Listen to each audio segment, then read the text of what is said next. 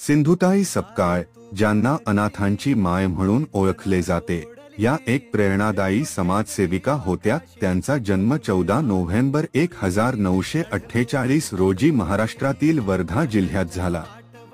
त्यांचे बालपण कठीण परिस्थितीत गेले। लहान वयातच त्यांचे लग्न झाले, परंतु कौटुंबिक त्रासामुळे त्यांना घर सोडावे लागले।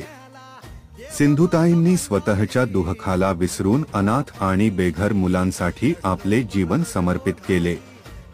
त्यांनी महाराष्ट्रभर फिरून लोकांमधून मदत गोळा करून अनाथ मुलांसाठी आश्रम स्थापन केले। त्यांच्या कामामुळे त्यांना अनेक राष्ट्रीय आणि आंतरराष्ट्रीय पुरस्कार मिळाले। त्यांचे जीवन हे समाजसेवेचे मूर्तिमंत उदाहरण आहे। 4 जानेवारी 2022 रोजी त्यांचे निधन झाले, पण त्यांची सेवा आणि प्रेरणा कायम स्मरणात राहील।